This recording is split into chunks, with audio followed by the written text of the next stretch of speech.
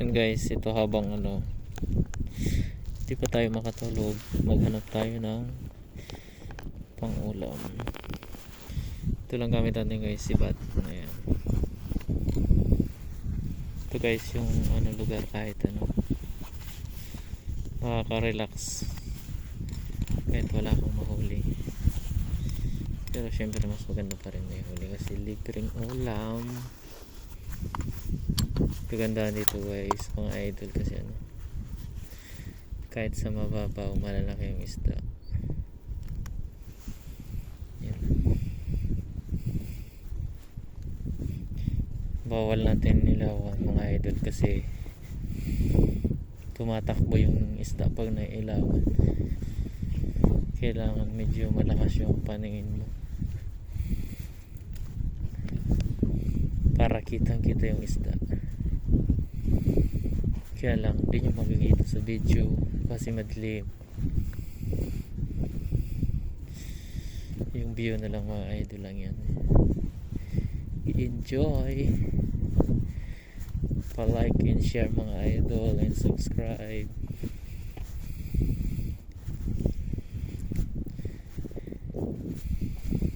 Yung agency ko kaya pala mga idol dito sa Japan, RHB, shout out RHB Placement Agency, legit na legit. Ang bait pa ng amo. Shout out sa boss Tito. Siya yung may-ari ng agency, ang bait. Guys, ngayon nga medyo low tide kaya madalang yung isda.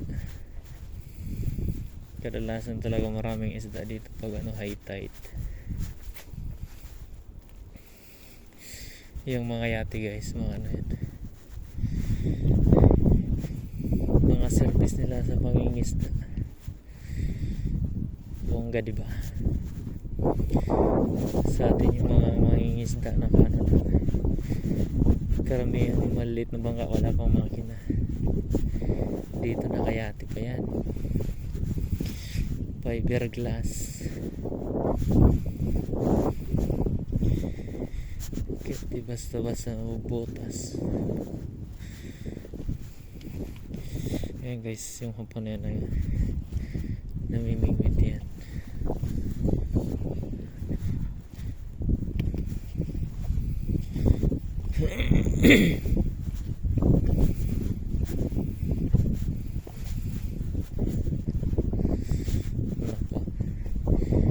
Parang tulog na yung mga isda mga idol.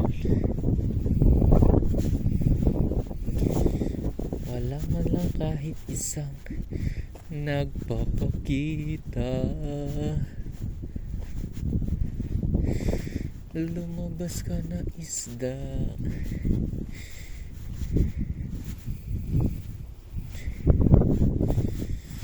Magpahuli ka na sa akin para may libreng ulam.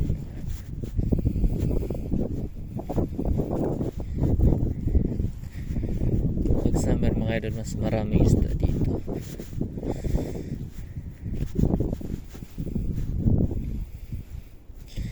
Tsaka maganda mga idol dito manipatpag high tide. Ito nga pala sa Shein na order mga idol. Slingshot search nyo lang, makikita nyo agad. Slingshot, may bala na siyang kasama. Pag di kayo na-scam, 5, pero pag hindi, pag na-scam kayo, 5 lang ibibigay na bala, pero pag medyo hindi scammer, 10, 15 ganyan. Pero at least may libre pa rin bala. Pwede mo dalhin sa Pilipinas. Konterador nga lang ng ligaw na aso.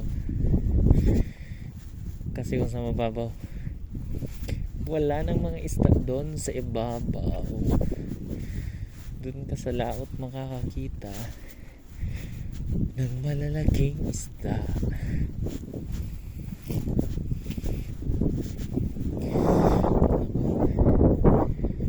Baka antok na yung mga isda ngayon. Hindi nagpakita. Better luck next time mga idol. Uwi na ako. 5:30